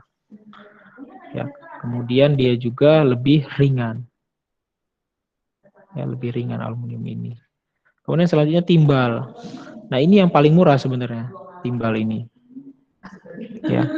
Tetapi biasanya digunakan bukan untuk makanan. Ya, atau untuk yang dikonsumsi secara oral. Nah, biasanya digunakan wadahnya sebagai untuk cat ya dan lain-lain. Nah, tetapi dalam obat itu bisa digunakan asal dia dilapisi ya. Jadi dia tidak digunakan sendiri. Ya, dia dilapisi oleh timah misalkan ya, timbal gitu untuk yang di luarnya, dalamnya dilapisi timah biar dia inert. Gitu. Jadi dilapisi biar lebih murah, biar lebih irit begitu ya wadahnya. Tadi ya bahwa si timbal ini tidak pernah ya, seharusnya tidak digunakan sendiri karena dapat menyebabkan keracunan ya. Dia dapat mudah terlarut si timbal ini, dan terlarut karena timbal ya, logam berat ini dapat mengakibatkan keracunan. Nah, with internal linings ini maksudnya dilapisi bagian dalamnya. Ini biasanya dapat digunakan juga untuk sediaan-sediaan seperti pasta gigi. Oke, itu tadi yang wadahnya. Sekarang kita bahas tutupnya ya. Singkat saja tutupnya ini ya. Jadi kalau tutup itu ada beberapa jenis ya. Desain tutup dari sediaan-sediaan di farmasi ya. Ada screw on ini dia yang diputar. Ya, dia prinsipnya diputar. Ada crimp on ini yang kalau kalian lihat ini seperti di minuman ya. Nah, ini adalah cream on, kemudian ada press on. Nah, ini press on ini seperti di sampo dan lain-lain. Ya, kemudian ada yang roll on ini contohnya, dan ada yang friction. Friction itu yang dia ditutup, kemudian ya sama ya prinsipnya, tetapi dia wadahnya ini gini ya. Begini dia wadah tutupnya itu. Ya, nanti dia menutup ini ya. Friction. Jadi dia memanfaatkan friksi. Ya, sehingga dia rapat gitu kan karena ada friksinya. Kemudian untuk bahan-bahannya ya, bahan-bahannya ada yang dari karet gitu, kemudian ada yang butil rubber, ya bahannya dari karet itu ada banyak juga, ada yang butil rubber, kemudian ada yang nitrile rubber, kemudian ada yang silicon rubber. Nah, kemudian ada namanya itu temper resistant packaging. Nah, temper resistant packaging ini biasanya itu merupakan seal gitu ya, seperti seal begitu yang ditempelkan di atasnya, nah, seperti ini.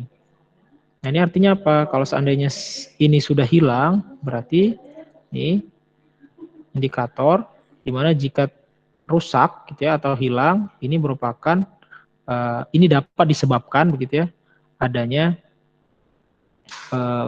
perlakuan sebelum dikonsumsi oleh pasien. Jadi maksudnya gini. Jadi kalau ada sediaan-sediaan yang diberikan temper resisten ini, itu harapannya ini nih temper resisten ini tidak hilang sampai si konsumen itu mengkonsumsi obatnya. Nah, tapi kalau seorang konsumen mendapati obatnya itu sudah hilang tulisan ini, ya indikator ini, maka berarti sudah dibuka terlebih dahulu sebelumnya. Oke, begitu ya. Jadi telah terjadi perusakan sebelumnya. Nah, ini biasanya kalau kalian lihat itu temper resisten ini selain dari tempelan seperti ini biasanya juga di ini, di mana aqua tuh ya, botol aqua. Disebut merek saja, mineral itu kayak gitu semua temper resisten semua dibuat. Jadi kalau kalian sudah hilang kreknya gitu ya, berarti kan itu udah pernah diminum orang. Nah, begitu maksudnya, dibuat seperti itu. Ya. Nah, kemudian mungkin yang agak panjang kita membahasnya atau agak dalam gitu ya, itu tentang evaluasi dari material wadah ya. Jadi kalau untuk wadah gelas itu atau wadah kaca itu biasanya kita melakukan 2 evaluasi, yaitu powder glass test ya atau melihat kemampuan si gelasnya gitu, kita serbukkan terlebih dahulu. Kemudian yang kedua adalah water attack test. Ya, jadi kalau yang pertama ini prinsipnya itu si gelas tadi ya atau si glass atau si kaca itu ya si kaca tadi itu kita hancurkan ya. Pertama kita bersihkan dulu ini ya, kemudian kita hancurkan, kemudian kita saring ya, kemudian kita saring, kemudian yang tertahan kita hancurkan lagi dan seterusnya. Intinya kita hancurkan sampai sehalus-halusnya, kemudian kita cuci dengan aseton, selanjutnya kita tambahkan selanjutnya kita lakukan uji. Selanjutnya kita lakukan uji. Nah, lakukan ujinya bagaimana? Ini cuma preparasi sampelnya ya. Ini adalah preparasi sampel. Setelah sampel itu didapat, yang kaca tadi sudah sangat halus begitu. Kemudian selanjutnya kita tambahkan air, ya. Kita tambahkan air. Kemudian intinya kita cuci lagi begitu ya. Kemudian kita autoclave. Kemudian kita adjust sampai 150 derajat si gelas tadi. Ya, kemudian kita dinginkan dan seterusnya, intinya untuk membersihkan itu. Nah, selanjutnya ya kita lakukan titrasi dengan sulfuric acid atau asam sulfat ya, kita lakukan titrasi dengan asam sulfat ya, kita lakukan titrasi dengan asam sulfat setelah kita hancurkan ya. Kita tambahkan 5 tetes methyl red solution, kemudian kita titrasi dengan asam sulfat. Nah, kemudian kita catat berapa mili asam sulfat yang dibutuhkan ya untuk ini kan reaksi asam basa ya. Kemudian kita lihat berapa mili yang dibutuhkan karena ini akan mempengaruhi kualitas dari si wadahnya. Nah, kalau tipe 1 tadi yang borosilikat itu tidak boleh lebih dari 1 mili digunakan untuk melakukan titrasi itu dengan volume yang sudah sesuai tadi ya. Pokoknya menggunakan step-step atau prosedur dari USP ini. Ya, kita lihat berapa, tidak boleh lebih dari 1 mili. Kalau tipe 3 tidak boleh lebih dari 8,5 mili dan tipe yang NP tadi tidak boleh lebih dari 15 mili. Ya, ini kaitannya dengan apa? Kaitan dengan kandungan basanya. Ya, kita tahu bahwa si gelas itu begitu ya, itu kan ada permukaan yang alkali ya. Sehingga kita titrasi dengan asam sulfat kan berasam. Jadi titrasi asam basa sebenarnya. Nah, ini tujuannya untuk mengukur berapa kandungan alkali pada si kaca tersebut. Nah, ini persyaratannya. Nah, selanjutnya adalah water attack test ini sebenarnya lebih ke bagaimana kemampuan dia dapat dapat dapat tertahan gitu ya pada kondisi yang sesuai USP juga nih. Kalau kita lihat ini kurang lebih mirip ya. Jadi pertama kita cuci dulu si gelasnya tadi atau si kacanya tadi atau wadah kaca tadi. Kemudian kita tutup semuanya ya. Kita isi dulu ya, kita isi dengan air ini sampai 90% dari maksimalnya, ukuran maksimalnya misalnya 100 mili berarti kita isi 90 mili, kemudian kita lakukan autoclave selama 30 menit dengan suhu 121 derajat. Kemudian dikosongkan dan didinginkan pada air mengalir begitu. Kemudian tambahkan 5 tetes methyl red solution dan diliterasi. Ya, jadi ini mau melihat bagaimana si air ini dapat melarutkan basa pada ininya, pada si wadah kacanya. Begitu. Ya, kemudian baru diliterasi lagi. Nah, ini batasannya. Ya, tipe 21 mili. Ya, dengan ukuran 100 mili dan lebih dari 100 mili itu dia 0,2. Jadi kalau tipe 1, tipe 3 tadi kita menggunakan uji ini, ya, menggunakan yang powder glass test, ya, powder glass test. Kemudian kalau yang tipe 2 kita menggunakan water attack test. Ya, water attack test ini prinsipnya sama, ya, tetapi bedanya dia tidak dihancurkan si kacanya, tetapi di autoclave dengan air. Kita lihat air ini kan dapat menarik itunya, menarik basa pada permukaannya, gitu. Ya, jadi air itu kita titrasi intinya, air dari yang wadah yang sudah di autoclave bersama. Jadi kita masukkan air ke dalam gelasnya, kemudian kita autoclave, kemudian airnya kita titrasi. Intinya gitu prinsipnya. Kita tidak langsung mengukur kita tidak harus memecahkan dulu maksudnya. Kalau tadi kan kita hancurin dulu ya untuk tipe 1, tipe 3, dan tipe NP itu. Nah, tipe 2 tidak. Dan ini limitnya, batasannya. Ya, kalau tipe 2 itu 1 mili, untuk yang ukurannya sampai 100 mili ya. Kemudian lebih dari 100 mili itu 0,2. Ya. Kemudian tadi untuk glass ya, atau untuk kaca. Selanjutnya adalah untuk plastik, untuk wadah plastik. Kalau untuk wadah plastik itu sebenarnya kaca itu juga ada ya, leakage dan seterusnya. Tapi yang saya bahas hanya 2 itu saja dulu. Ya, karena itu bisa satu pertemuan sebenarnya untuk quality control wadah. Ya, untuk quality control wadah itu bisa satu pertemuan sebenarnya. Tapi kan ini kita gimana caranya cukup untuk jenis-jenis wadah, material-material wadah, dan quality controlnya untuk pertemuan ini. Jadi nggak terlalu banyak sih bahas. Selanjutnya untuk tes wadah plastik, yang pertama adalah tes kebocoran ya, yang untuk non-injectable dan injectable. Jadi ada yang untuk injeksi dan tidak untuk injeksi. Jadi sama ini ujinya. Yang pertama adalah isi 10 mili, isi 10 wadah plastik tadi dengan air, ya, dan tutup wadahnya, tutupnya ditutup, jangan biarkan terbuka, kemudian dibiarkan dalam temperatur ruang begitu pada kondisi terbalik.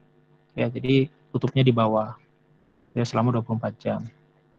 Kemudian tidak boleh ada ciri-ciri kebocoran ya syaratnya. Jadi tidak boleh ada yang berkurang volumenya. Benar-benar tidak boleh. Kemudian yang kedua adalah permeabilitas air ya, uji permeabilitas air untuk wadah plastik. Nah, ini untuk sediaan-sediaan injeksi saja. Ya, untuk sediaan-sediaan injeksi saja. Ini kemarin sudah saya benarin sebentar ya. Baik, nanti ini. Ya, jadi ini untuk sediaan injeksi. Kalau yang tadi itu untuk sediaan injeksi dan non-injeksi. Kalau yang ini untuk sediaan injeksi saja. Nah, kalau untuk sediaan injeksi saja ya, sediaan plastik yang untuk injeksi, pertama diisi 5 wadah tersebut, kemudian ditimbang masing-masingnya, kemudian dibiarkan 14 hari ya pada RH yang sudah ditentukan. RH-nya 60% pada suhu 20-25 derajat. Kemudian timbang ulang setelah itu. Nah, kehilangan beratnya itu pada masing-masing wadah tidak boleh lebih dari 0,2%. Ya, jadi ini kita melihat permeabilitas terhadap airnya. Ya, di mana kita isi air, kemudian kita seal ya, kita tutup dan kita simpan di humidity 60%. Ya, jadi ini humiditas yang sedang sebenarnya, tapi agak kering. Ada suhu yang sedang juga, normal saja 20-25 derajat. Ini kan ibaratnya ini menggambarkan dia kondisi di pasaran. Ya, kemudian kita ukur lagi, kita timbang lagi, ada pengurangan berat atau tidak. Nah, kalau seandainya ada pengurangan, tidak boleh lebih dari 0,2% dari sebelumnya. Kemudian untuk rubber ya, rubber ini maksudnya untuk penutup ya, bisa untuk penutup, bisa untuk ya memang kebanyakan untuk penutup ya. Kalau karet ya, karet itu kebanyakan digunakan sebagai penutup. Yang pertama adalah fragmentation test ya. Fragmentation test ini sebenarnya prinsipnya seperti saya bilang di awal tadi ya, kita mencoba menusukkan jarum ke dalam sediaan kita ya, yang tutupnya itu dari karet ya. Ya, biarkan nih kalau kita baca ya, masukkan sejumlah air ke dalam vials ya, biasanya 4 mili dalam vials, kemudian ditutup ya dan disimpan pada selama 16 jam. Kemudian setelah itu tusuk ya dengan hypodermic needle ya. Ini jarum ukuran 21 ya. Jarum ukuran 21 itu cukup besar ya, karena dia untuk hipodermik ya, untuk masuk ke dalam ke dermis. Kemudian sudut, nah kalau dia hipodermik itu, kalau kita lihat ya jarum itu kan begini ya. Nih ya, kan begini. Nah, ini 10 sampai 14 derajat ini, sudut ini. Ya, sudut jarumnya itu 10 sampai 14 derajat. Kemudian kita ambil 1 mili air dan kita buang di udara. Ya, jadi kita tusuk seperti kita ngambil sediaan injeksi lah seperti biasa ya, kita tes. Kemudian kita ulangi sampai 4 kali ya pada masing-masing tutup itu. Setelah itu kita lihat fragmen yang terbentuk ya pada dengan mata biasa saja ya, dengan mata telanjang. Kita lihat ada berapa fragmen yang terbentuk. Nah, fragmen yang terbentuk itu tidak boleh lebih dari 10. Ya, kalau dia masih bagus ya. Kalau dia masih bagus mestinya ketika kita nyoloknya 4 ya mestinya hanya 4 lah ya. Andai pun ada fragmen sedikit gitu, dia harusnya nutup kembali gitu. Nah, tetapi kalau bisa lebih dari 10 itu kan biasanya akibat setelah ditusuk, ketika dicabut itu bagian yang lainnya terfragmentasi yang lain-lainnya, bagian samping-sampingnya. Nah, sehingga dia tidak sudah tidak layak kalau dia tutup dari karet itu fragmennya lebih dari 10 ya. Kemudian nah ini prinsipnya kurang lebih mirip ya, self stability test for rubber closure applicable to multi-dose container only. Jadi ini untuk wadah-wadah yang digunakan multi-dose ya, jadi digunakan berulang. Isi 10 vial ya, kemudian sama ya, tetapi dia 10 kali pada berbagai tempat yang berbeda dengan sama dengan jarum ukuran 21. Kemudian setelah itu ya, kita rendam ke dalam larutan metilen blue pada tekanan yang diturunkan ya, pada kondisi vakum. Nah, setelah itu kita biarkan atau kita kembalikan tekanannya kembali normal dan kita lihat ya apakah ada nanti si metilen blue dari cairan, misalnya begini ya. Ada wadah nih dan kita masukkan vial kita nih. Vial kita itu. Nah, kemudian di sini larutan yang di luar ini kita tambahkan metilen blue. Ya, kita tambahkan metilen blue, kemudian kita buat vakum. Nah, setelah vakum, ya, kemudian kita restorasi, kita kembalikan tekanannya kembali normal. Nah, kalau dia ada kebocoran, gitu ya, dari tempat yang telah kita tusuk tadi dengan jarum, maka metilen blue itu akan masuk ke dalam. Ya, dia akan mewarnai larutan kita. Nah, untuk sediaan-sediaan yang multidose itu tidak boleh ada yang seperti itu, ya, tidak boleh ada si metilen blue yang dapat mewarnai larutan yang di dalam ketika dilakukan penusukan sebanyak 10 kali. Ya. Dia harus seperti itu. Kalau enggak ya nggak bisa dia multidose ya, tadi ya, berbahaya itu. Tutup yang baru ditusuk kita itu bocor misalnya seperti itu. Itu nggak bisa. Makanya kalau kalian lihat yang sudah di pasaran itu setelah diambil gitu ya sama dokter, misal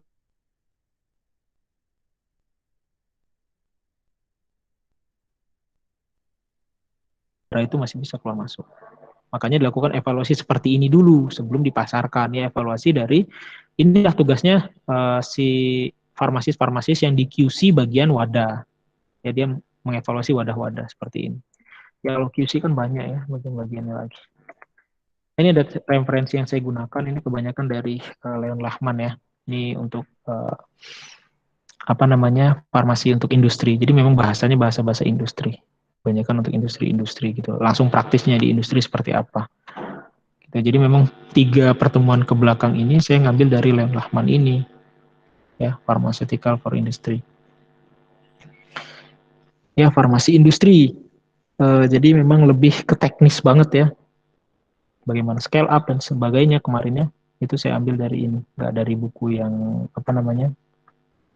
farmasi yang untuk scientist, kan ini beda ini. Kalian kalau mau download silakan di download, ini gampang nyarinya ya. Saja Leon Lachman, ini banyak bukunya memang tentang farmasi. Dan Herbert Lieberman. Oke, sampai di situ. Jika ada yang ditanyakan, saya persilakan. Kita kalau bicara tentang teknis industri itu memang apa ya? Memang banyak ya, banyak maksudnya itu banyak hal-hal baru yang kalian dengar jadinya. Ya banyak hal-hal baru, misalnya seperti tadi ya kita bicara tentang cara membuat kaca ya bagaimana. Kemudian tadi ada beberapa pertimbangan-pertimbangan ekonomis gitu. Jadi tidak seperti kita cara mendesain obat ya. Cara mendesain obat dari segi laboratorium. Karena apa? Karena mau mengaplikasikan itu ya harus mempertimbangkan aspek yang lebih banyak. Ya, kita nggak mempertimbangkan lagi. Misalnya kalau teknologi pembuatan gitu ya, kita pertimbangkan, misalnya kita pertimbangkan adalah ukuran partikel misalnya kalau kita buat suspensi. Ya, bagaimana pengaruh zeta potensial dan lain-lain. Nah, kalau di sini kita pertimbangkan gimana cost-nya itu serendah-rendahnya gitu ya.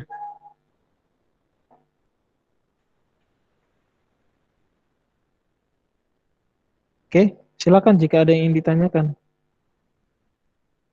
terkait dengan perwadahan.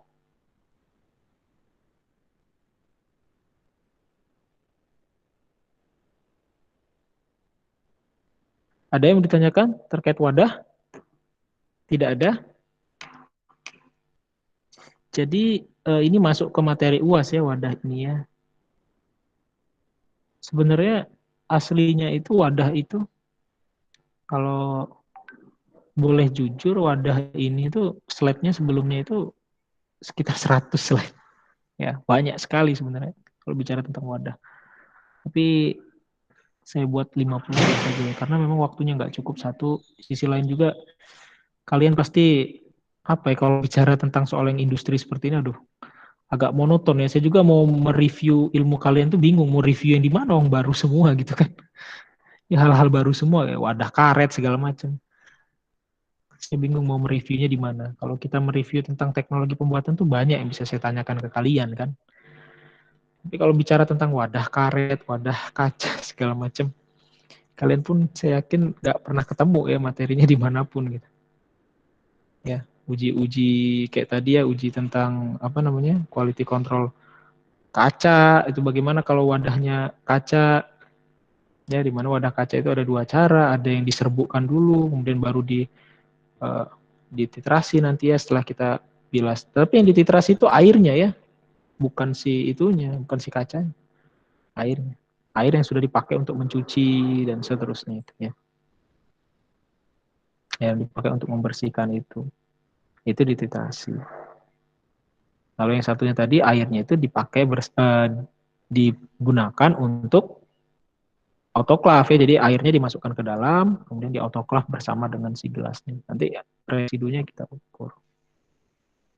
Tuh. Kemudian kalau yang plastik, ya plastik tadi kita lihat kemampuan dia kebocoran ya, lebih intinya kebocoran kalau plastik itu. Kemudian kalau yang rubber tadi atau karet, itu kita lihat bagaimana dia dapat tetap bertahan ya, melindungi zat aktifnya walaupun dia ditusuk-tusuk, telah ditusuk oleh jarum sebelumnya. Itu prinsipnya. Oke, kalau tidak ada yang ditanyakan, berarti saya... Oh, oke, ada yang bertanya. Sebentar ya, saya baca dulu. Izin bertanya Pak, maaf ini tidak berhubungan dengan wadah. Kalau silika gel kan ada dua. Silika gel yang berwarna biru dengan pemanasan, dan kalau yang berwarna putih apakah ada tandanya kapan bisa dipanaskan? Oh, oke. Silika gel. Silika gel itu prinsipnya sama ya. Prinsipnya adalah kalau berwarna biru dia berarti belum ada air yang diserap. Kemudian kalau kalian panaskan, dia akan ini kembali ya. Apa namanya? Akan menjadi anhidrat lagi ya, menjadi anhidrat. Dia kan menarik itu karena dia bersifat anhidrat ya. Jadi dia menarik air masuk ke dalam kristalnya, tetapi dia nggak terlarut kan.